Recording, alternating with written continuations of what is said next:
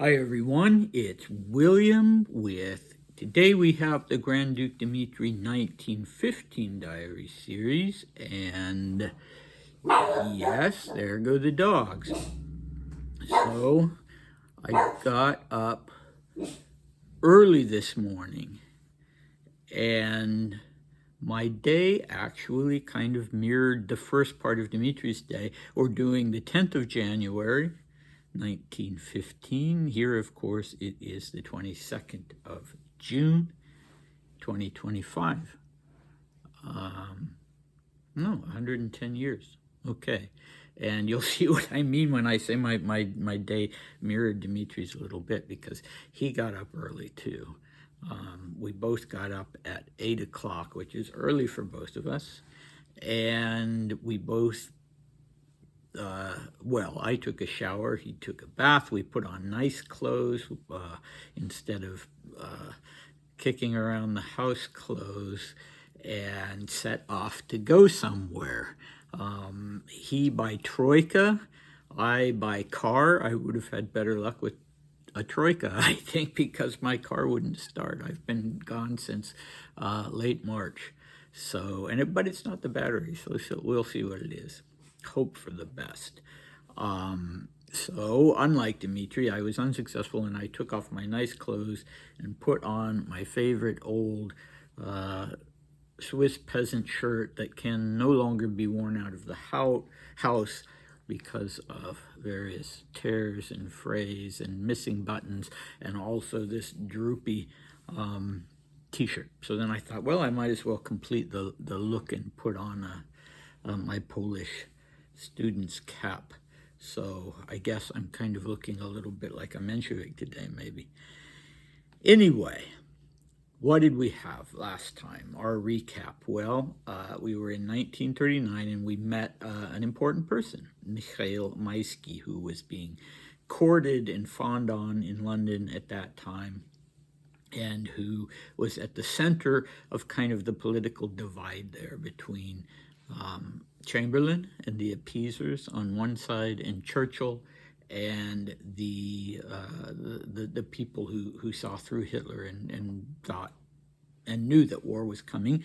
And then a middle group led by Lord Beaverbrook, who were anti-war. So very interesting stuff.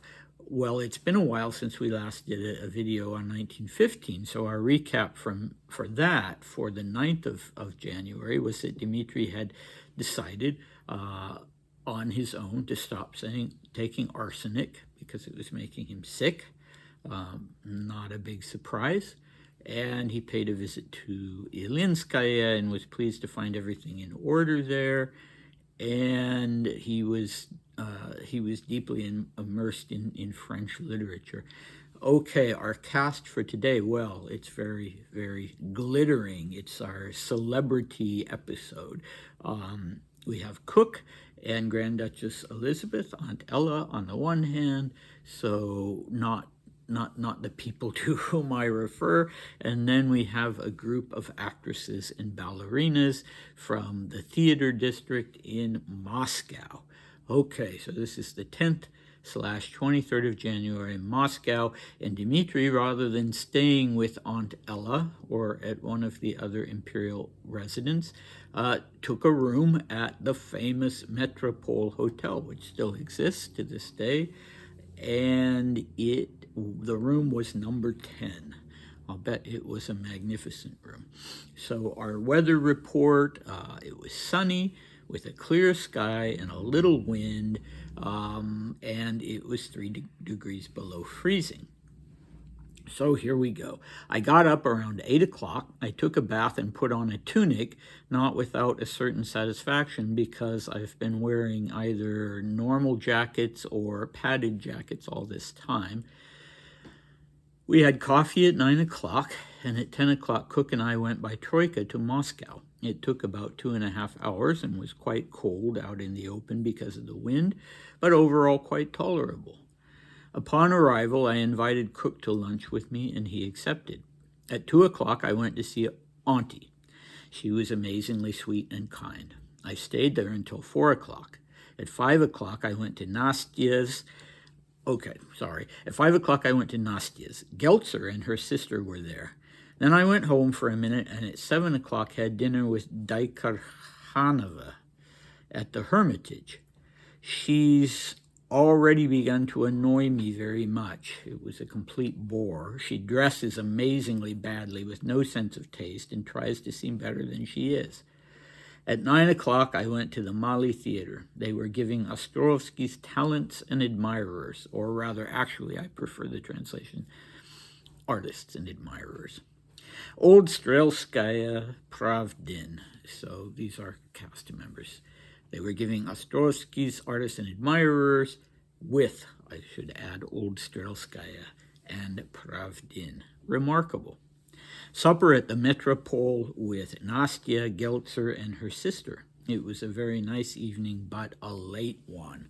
Okay, so, yeah, he was up early. He was taking a bath. He was not complaining of any weakness whatsoever. So that's interesting, isn't it? I'm not going to go too far in my conjecture. I have gone too far in my conjecture about Dmitri having syphilis because even though the arsenic suggests that, it's still, if he'd really been diagnosed with syphilis, the arsenic might not have been he might not have had the option of quitting it, and he's also clearly on the prowl. But who knows?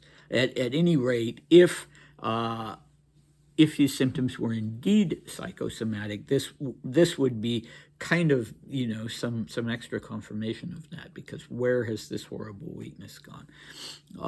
Tunics versus jackets. These are hard words to translate. So a kittel is clearly a military tunic in this instance, but the two kinds of jackets, both of the words you would just, the ordinary translation would be jackets. But the first one that he mentions, pijak, is more of, at least nowadays, kind of just a suit jacket. So a civilian kind of jacket, I guess. And the other one, when I looked it up, that surprised me because they gave fufaika. I was thinking it was like a dressing gown, but they gave the translation sweatshirt, and I think I also saw lots of pictures of padded jackets, warm padded jackets, not so much outdoor coats. So maybe it was like a cross between a dressing gown and a kind of quilted jacket dress. I don't know. Anyway, that's what he was wearing. Now he's putting on his uniform and taking great satisfaction in it because he's just been, in this state of torpor. Okay, what next? This romantic journey by Troika. Why did they take a Troika when the Lamings and Cook and other people have been going to Moscow? They've all been just taking the train. So this is a very romantic, it's not even just a normal carriage, it's a troika. If you were doing a movie of Dmitri's life, you would want to include this scene, definitely, of riding from the countryside in Usovo by troika to Moscow. Can you imagine? It's like something out of, I don't think there was even a troika in Dr. Zhivago. Maybe. I don't remember. Okay. So the Metropole, very, very famous, glamorous hotel. As I say, it still exists. And I think, if I'm not mistaken, it was at least during the Soviet era that any foreigner visiting Russia, visiting Moscow, would be put up at the Metropole, and I think a lot of the rooms were bugged, and a lot of the staff were, KGB. I'm pretty sure I've heard that somewhere. What other hotel could it be but the Metropole? Anyway, that was in years to come. So Dmitri stays there, and he's right in the center of everything. He wants to be in the theater district. Everything he's doing that evening is in the theater district. He spared 2 hours for his aunt, for Aunt Ella, and was surprised at the reception he got. As you know, if you if you watch the videos for his adolescent diaries, he and Ella didn't always get along very well, and for a long time he thought that she just plain didn't like him, that she liked Maria, but she didn't like him. But this is very common for him, no matter who he's meeting after an absence for a while, to say that he's surprised at how nice they are to him. Anyway, apparently she did not scold him or delve, probe him to find out what his plans were for that evening. We still don't know who Nastya was. This is very, very annoying. It is the pet form of Anastasia, Nastya, and we don't know who she was. I think Kuraly came later. By the time of his exile in 1916 in the Rasputin assassination, his sort of main squeeze was Kuraly, who was a ballet dancer. But since he isn't giving us Nastya's surname, I mean, Anastasia was a common name, so neither I nor my colleagues in Russia have any idea who this woman was. It would be so interesting to know, because she seems to have been the main event, whereas these others were, more friends. So he goes to Nastya's house, wherever that may have been, or her flat, and he finds the Geltser sisters there, Yekaterina Vasilyevna and Lubov Vasilyevna. One famous, Yekaterina was famous. She was the prima ballerina at the Bolshoi. She was a very, very well-known and famous ballerina. She actually kind of fits into the age range that Dmitri liked, because he was in his early 20s and she was 39. And that was about the way, that was his favorite kind of woman, age-wise. But she doesn't, Nastya is clearly the main event and not Geltser. The sister, Lubov, was, a moderately successful actress, I think, and she was 37. Then after that, he goes off, whatever Nastya may think of it, he goes off to have dinner at the Hermitage, the Hermitage, which was not the museum, but was that exists today, and existed then, but was a restaurant in the theater district, as you've probably already figured out. The woman has this very odd, not really Russian, although it's been Russified, surname, Daikarkhanova, and she was the primary actress at a cabaret theater called The Bat, where they did this sort of cabaret review. And I think it's the same one. You remember that when Dmitri was in Paris in 1921, he went 4 or 5 times, if not more. He told us in his diaries about 4 or 5 times that he went to this Moscow review at a theater in Paris with the original, or some of the original cast from Moscow. And he just loved it, and he just couldn't go often enough. And it too was called The Bat. So I have a feeling that this was this cabaret in Moscow, where this I can't pronounce her last name, so let's just call her Tamara. She was not an older woman. She was only 2 years older than Dmitri, so older, but not really older. And yeah, she was the headliner at this cabaret, and apparently they were a thing, because all of a sudden he's telling us, he's not being at all nice. All of a sudden she's vulgar, she has no taste in clothes, she's a complete bore. She's trying to be better than she is. What does that mean? She's maybe trying to be more elegant or sophisticated. And yeah, unfortunately, when Dmitri was done with someone, he was done with them. That's not his best quality at all. They can be, everything can be great, but then when things fall apart, all of a sudden they're vulgar. That is the thing that he most often criticizes the women for when they're breaking up, is that they're vulgar.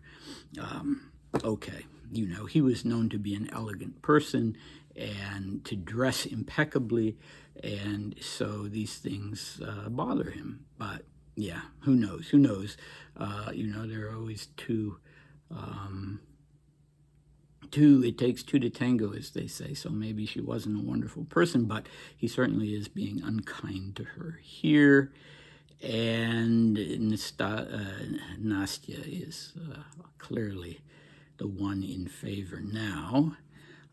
Then he goes to the Mali Theater, again, a very famous theater. You had the Bolshoi and the Mali. The Mali means little, the Little Theater in Moscow. And this elderly actress shows him the theater. Or no, he doesn't talk about that yet. Did I leave that out?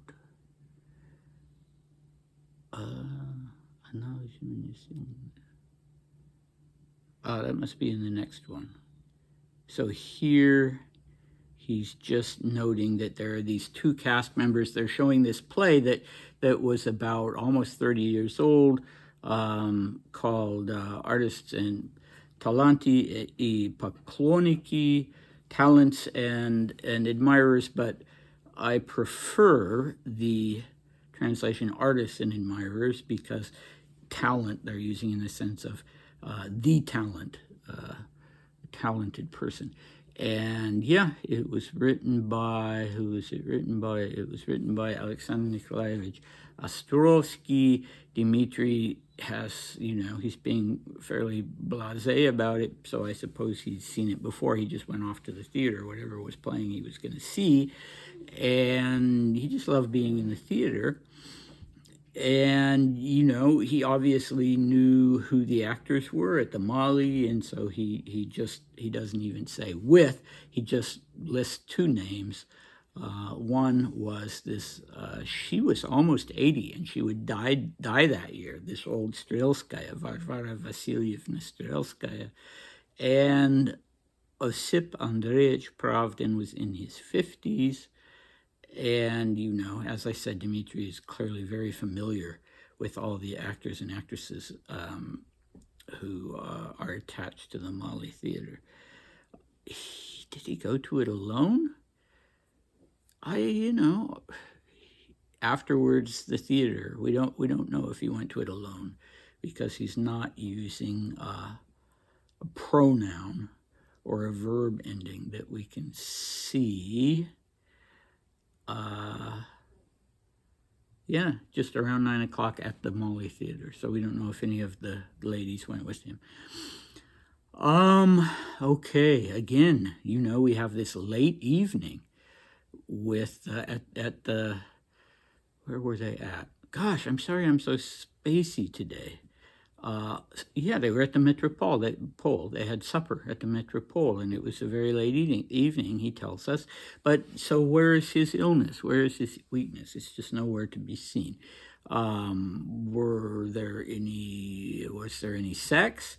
Doesn't seem like he had time for it, unless he squeezed it in at some point, and then the partner, I assume, would have been Nastya, if indeed he had syphilis or was even suspected of having syphilis.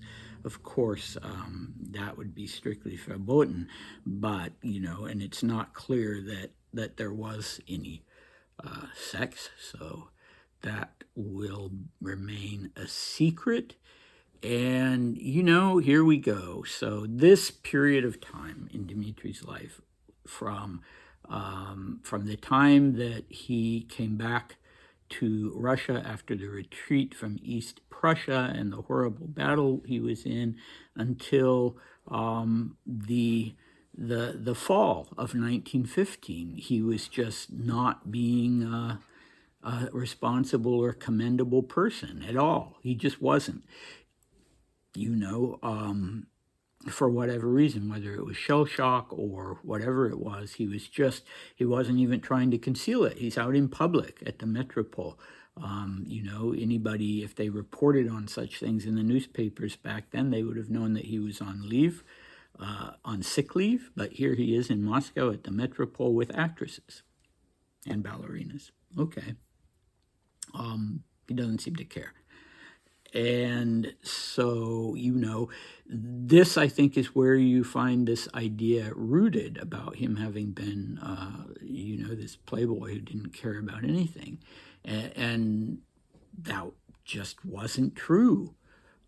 Later on, that same year, when he saw Nicholas II's decision to take over at headquarters and he saw how things were going with the war, he he started rising to the occasion.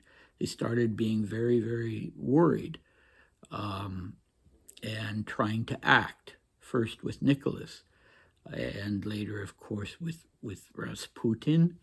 And yeah, so let's be gentle with him, even though, this is inexcusable, right? Thousands of people are dying on the battlefield. It will be millions. And here he is, not sick, with actresses in Moscow. Not that there's anything wrong with actresses. But we have to give him time, and we have to give him the benefit of the doubt. At least that's what I'm doing in the aftermath of what had happened in East Prussia. Okay, so what do we have next time? We're going back to the very, very interesting Grunwald letter. This time we have a dichotomy between Grunwald and Dmitri, that Grunwald himself is sort of now suggesting that he is basically pro-German and anti-Poland, and noting that Dmitri was the opposite of that. So that's good.